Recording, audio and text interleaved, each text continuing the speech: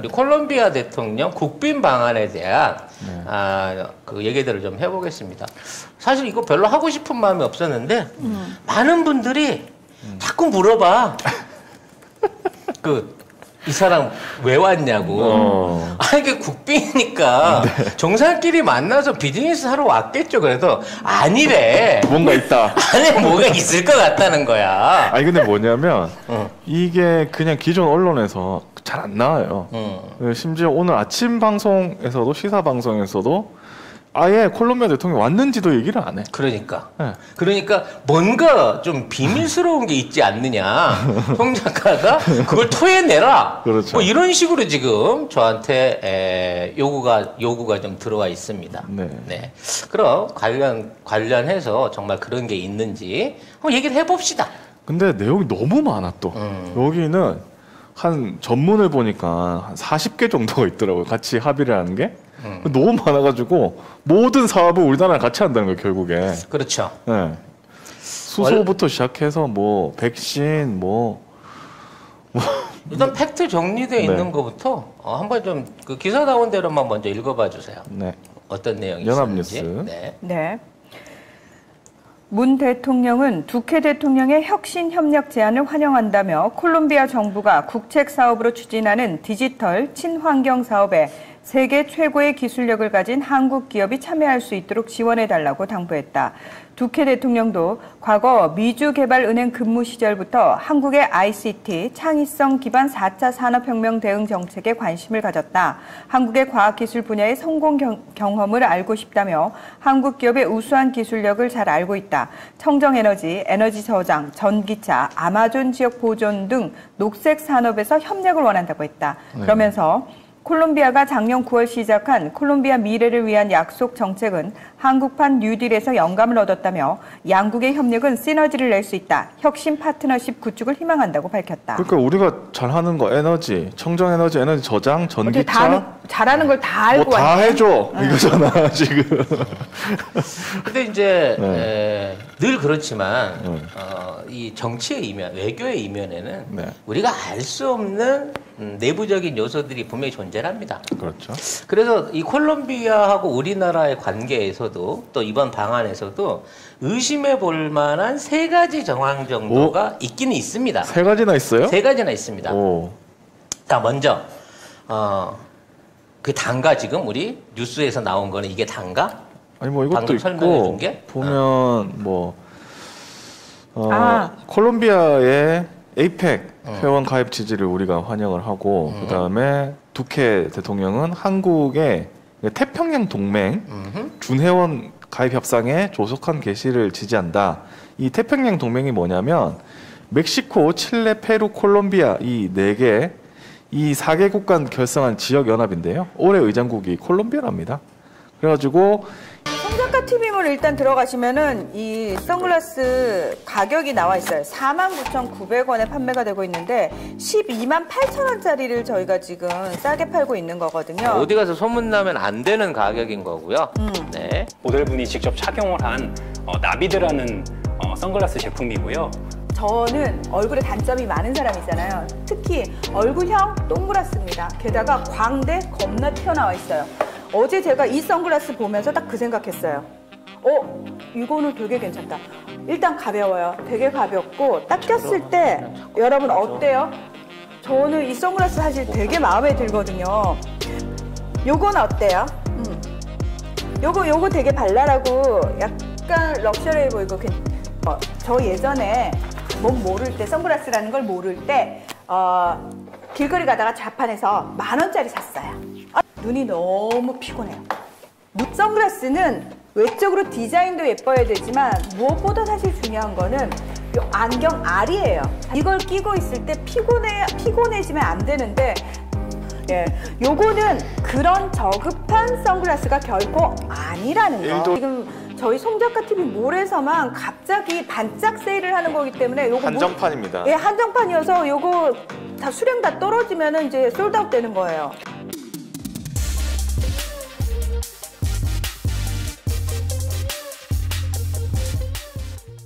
여기 준회원국으로 우리나라가 가입을 하면 여기 있는 나라들하고 FTA를 체결을 하는데 지금 멕시코 제외하고 칠레, 페루, 콜롬비아하고는 FTA가 돼 있는데 멕시코하고 아직 안 돼 있거든요.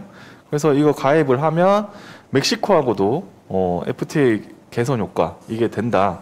이런 얘기도 하고 있습니다. 그러니까 이제 거의 광범위하게 방역 부분부터 경제적인 부분, 군사적인 부분까지 다 있습니다. 네. 다 있지만 이 외에 다른 부분으로 있을 수 있는 거. 요것들을 한번 살펴볼 필요가 있겠어요. 뭐가 있죠? 일단 이제 콜롬비아하고 우리하고 관계를 먼저 좀 이해를 해야 됩니다. 콜롬비아는 우리나라에 파병해준 유일한 남미 국가로서 우리하고 이제 군사적인 도움이나 어떤 외교 관계에 있어서 굉장히 끈끈한 편입니다. 왜 끈끈하냐면 콜롬비아가 이제 나름 굉장히 친미 국가예요. 대놓고 친미 국가죠. 대놓고 친미 국가죠. 그래서 바로 옆 동네에 있는 베네수엘라하고 겁나 많이 싸웁니다. 그래서 베네수엘라가 차별했을 때 하도 이제 군사력 증강을 많이 해가지고 많이 시달렸어요. 그 콜롬비아에 대해서 기본적으로 설명을 좀 드리면은 남미가 핑크타이드 물결이라고 해가지고 좌파 진보 정권이 들어설 때마저도 콜롬비아는 항상 우파들이 정권을 그렇죠. 잡았어요. 네. 그래서 그때부터 콜롬비아가 베네수엘라한테 일종의 많이 치이고 있을 때 네. 우리나라가 이제 30년 된 그 군함들을 한 2척 정도를 10만 원에 줬습니다. 팔았습니다. 그러면서 거기다가 우리 이제 어뢰를 달아줬죠. 한국 국산 어뢰를. 근데 이게 홍상어 어뢰를 달아줬는데 이게 이제 말하자면 베네수엘라 해군을 완전히 제압을 하고 네. 왜냐면 배는 구식인데 30년 되는데 베네수엘라 최신 군함보다 더 튼튼하고 빨라. 근데 거기 달려있는 대한미사일은 한 40km가 사거리인데 우리가 달아준 거는 60km 사거리인 거야. 그래가지고 훨씬 기럭지가 넓기 때문에 일단 걸리면 상대가 안 돼요. 그래서 그동안 제해권을 장악하고 있던 베네수엘라를 다 몰아냈습니다. 그리고 그와 관련해가지고 이제 우리나라의 신형 탄도미사일 시험을 콜롬비아가 대신해 줬어요. 그래서 함대한 미사일 시험 같은 것들을 직접 콜롬비아에서 실험을 해가지고 왜냐면 우린 짧아갖고 어디 마땅하게 할 데가 없잖아. 막강한 위력을 보여줬습니다. 그래서 콜롬비아는 지금 비공식적이지만 한 사거리 120km 되는 함대한 미사일, 한국의 최신형 미사일들을 실제 운영을 하고 있는 것으로 알려져 있고요. 그걸 통해 갖고 우리가 우리 해군 기술력 그리고 못 해본 실전 연습을 콜롬비아를 통해서 많이 하고 있습니다. 그리고 그와 관련해서 굉장히 많은 경제 교류들을 하고 있는 국가이기도 하고요. 근데 이 콜롬비아 대통령이 이번에 왔던 콜롬비아 대통령 이반 두케가 콜롬비아 이명박 같은 그런 사람입니다. 따져놓고 보면. 네. 그래요? 네. 굉장히 이제 그쪽 나라에서는 우파로 찍혀 있고 헌법을 지금 마음대로 해갖고 이제 장기 집권 준비하고 있는 이런 사람인데 얘가 또 하버드 출신이에요. 아이고. 네. 그래서 미국에서 공부할 때 이미 이제 카톨릭에 포섭이 된 사람입니다. 그러니까 이 사람의 연결고리는 민주당이라고 봐야 되는 거예요. 미국 민주당. 미국 민주당. 우리 민주당 아니고. 네. 우리 민주당 그런 능력이 없어. 네. 수박들밖에 없어. 득식을. 아주 맞아. 그냥 믿을 놈이 한 놈도 없어. 네. 그래서 사실 이제 이번에 콜롬비아 대통령이 그냥 온 것 같지만 그냥 온 게 아닙니다. 우리 그 최정권 차관이 4월 달에 여기 갔었어요. 가가지고 지금 와서 협정을 맺었던 사안들에 대한 모든 협의를 다 했습니다. 그때 이렇게 하기로 얘기들을 맞추고 그거를 확인하기 위해서 이제 이번에 와서 국빈으로 와가지고 도장 찍고 간 겁니다. 그러면 이게 올 4월 달에 이루어졌다는 건 뭐냐? 콜롬비아에 가서 이러이러한 사업을 좀 해주세요. 돈은 우리가 댈게요. 라고 누가 얘기했다? 바이든이 얘기했다는 겁니다. 결국 민주당 패거리들이 이번에 어저께 이제 예산안 통과를 시켰죠. 이 통과된 예산안을 가지고 이른바 그 남미에서 올라오고 있는 이민자들을 막는 정책 중의 일환으로 남미 쪽에다가 돈을 바를 겁니다. 근데 어디에다 바른다? 콜롬비아에다 바른다는 결론이 나오는 거죠. 왜냐하면은 멕시코는 그 미국이 다루기가 쉽지 않은 대통령이에요. 네. 네. 근데 이제 이 친구는 여기 있는 그 이반 친구라 해도 돼? 예, 76년생이야. 76년생이야. 나보다 어려. 7살. 나보다 어려. 그러니까 얘가 아니구나. 이명박과라기보다는 준석이과야. 그래서 이 아버지부터 원래 우파 정치인이었고 또 그와 관련해 갖고도 여러모로 미국에 완전히 이제 그 하수인 같은 존재로 돼 있었는데 얘한테 도와줘라라고 하는 쓰리 쿠션이 미국을 통해서 우리한테 온 게 올 4월 달이에요. 그래서 간 겁니다. 자, 이 사람이 2018년 8월에 취임을 했단 말이죠. 근데 사실 이 전까지 콜롬비아가 어떤 상황이었냐면 아주 큰 반군들이 3개가 있었어요. 그 중에 2개하고 그 이전 대통령이 평화협정을 맺어가지고 반군들의 무기를 다 내려놓게 만들고 정치 세력화로 변화를 시켰단 말이죠. 네. 근데 문제는 뭐다? 이반 두케가 들어와가지고 앞에 후안 산토스 대통령이 맺었던 그 평화협정 내용들을 안 지키고 있어요. 그래서 반군들이 다시 결집을 하고 있는 상황이어가지고 콜롬비아는 사실 반군이 정부군보다 훨씬 더 많은 장비를 가지고 있고요. 힘이 훨씬 셉니다. 그래서 다시 지금 무장을 하고 있는 상태에서 이반 두케가 민생을 돌보는 게 아니고 지금 굉장히 엉뚱한 짓들을 많이 하고 있습니다. 그리고 미국이 베네수엘라를 계속 쳤거든요. 그 사이에 왜 후안 과이도라는 국회의장을 허수아비 임시 대통령으로 임명을 하면서 베네수엘라를 많이 압박할 때 콜롬비아 쪽으로 군을 보낸다거나 콜롬비아 쪽을 움직여가지고 베네수엘라를 압박을 상당히 많이 해서 베네수엘라하고 콜롬비아가 굉장히 격화된 상황이었습니다. 네, 그러니까 후안 과이도도 도망갈 때는 어디로 간다? 콜롬비아로 도망을 가죠. 네, 결과적으로 지금 베네수엘라 사태를 장기적으로 해결하기 위해서 콜롬비아의 현안을 해결할 필요가 있었고 여기에 대한 간접적인 파트너십을 삼각동맹 형태로 바이든 행정부가 나서가지고 우리 정부하고 묶어준 것 같습니다. 그러면 지금 보니까 학력이 아메리카 대학교 그리고 조지타운 조지 대학교. 워싱턴 대학교인데 조지 워싱턴이 그 후안 과이도 베네수엘라의 지미 대통령이다라고 본인 스스로 대통령을 이제 선포한 걔하고 동문이에요. 조지 워싱턴 대학교 되게 꾸리꾸리하다. 조지타운 대학교인데 여기 워싱턴 DC에 있는 이런 대학교입니다. 아무튼 어찌 됐거나 이 사람이 승계됨으로 인해 가지고 그동안 이제 콜롬비아가 돈이 없어서 사실 우리가 못 도와준 거거든요. 근데 콜롬비아의 든든한 유태인 자본이 내려갈 가능성이 많아졌다는 겁니다. 그래서 이번에 와서 이제 찾아간 회사가 SK 롯데 CJ예요. CJ는 먹는 거겠죠, 당연히. 네. 아마 콜롬비아산 어떤 농수산물을 가공하거나 수입하거나 이런 거 생각하고 있고요. SK는 휴대폰 사업으로 보입니다. 아니 5G 얘기도 하고 5G 관련해서 있고. 휴대폰이나 이게 무선통신 사업 관련한 큰 거래가 있을 걸로 보이고요. 사지 마세요. 네, 그리고 주식 사지 마세요. 그리고 롯데 같은 경우에는 화학 롯데케미컬이 아마 유력하게 파트너로 해갖고 진출하게 될 가능성이 높아 보입니다. 그리고 그 두케 대통령이 뭐라고 했냐면 지금 콜롬비아는 청년들에게 보다 많은 고용 기회를 주기 위해서 자기 나라에 투자하는 많은 기업들에게 조세, 비조세 혜택을 주겠다. 이렇게 아예 얘기를 해버렸거든요. 그러니까 투자하면 우리가 세제 혜택 줄 테니까. 세금 없이 미국 돈이 들어와가지고 콜롬비아에서 돈 번다라고 보시면 돼요, 이제. 그렇죠. 그것 때문에 지난 5월에 콜롬비아에서 반정 시위가 어마무시하게 일어났었어요. 그러니까 이거 세제 개편에 반발한 시위가 있었거든요.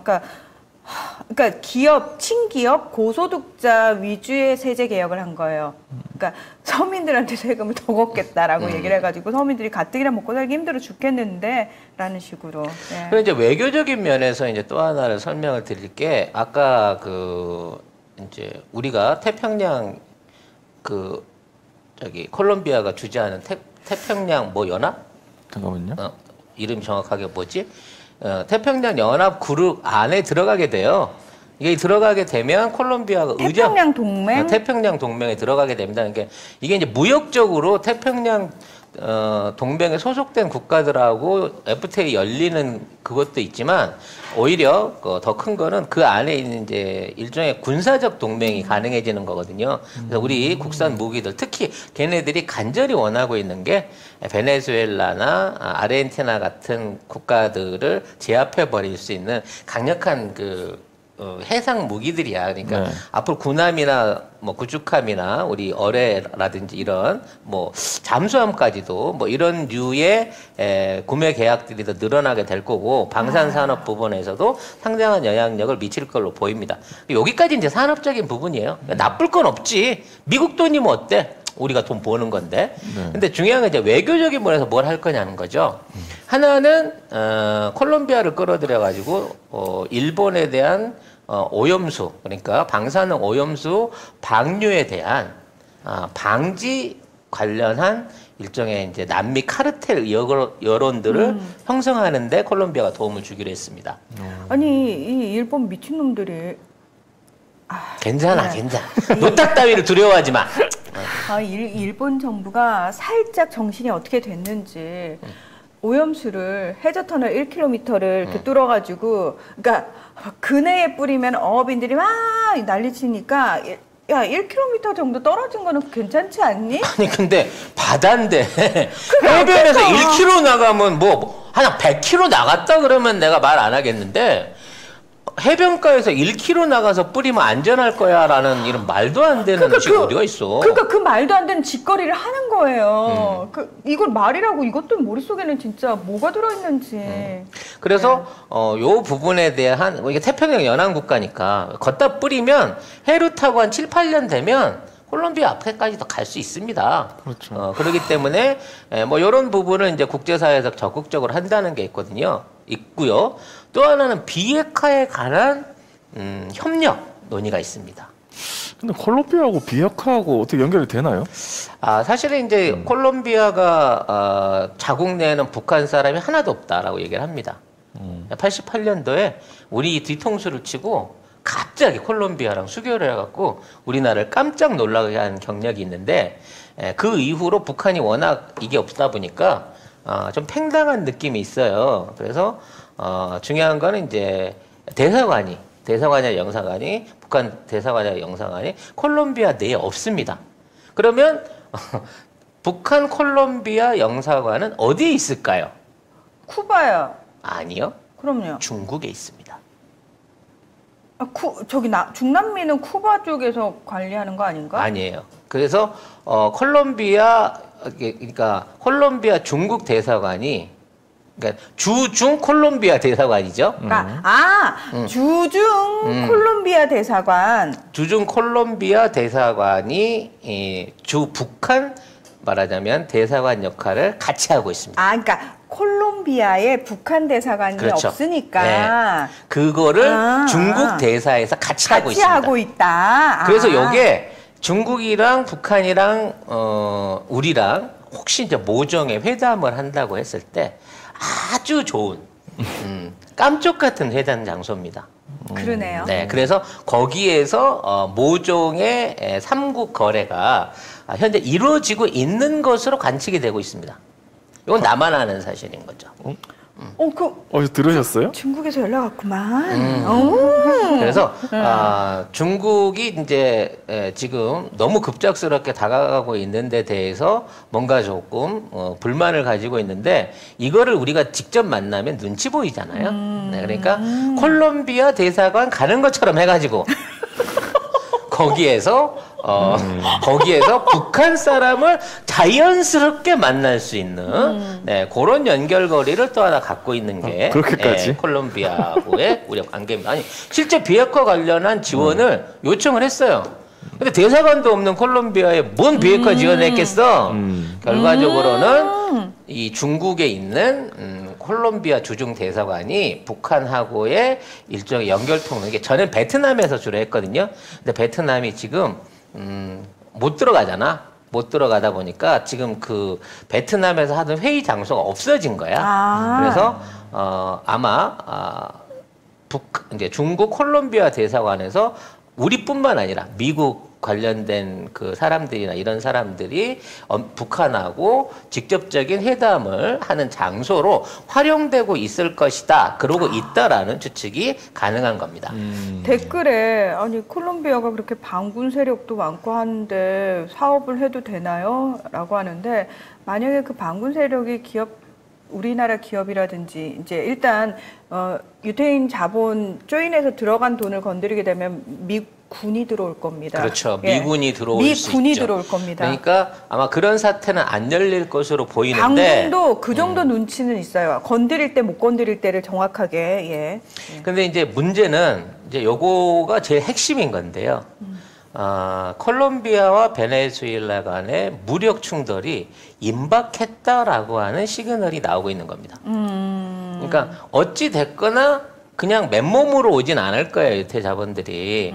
어떠한 형태로는 가드를 데리고 올 겁니다. 그렇기 때문에 정규군이 올지 아니면 우리 시크릿 서비스도 그러니까 용병들이 올지는 PMC. 모르겠지만 지금 콜롬비아에 대한 군사적인 인원 보강부터 장비의 보강이 이루어질 거고 이건 필히 베네수엘라와 갈등 관계를 만들 수밖에 없는 상황인 겁니다.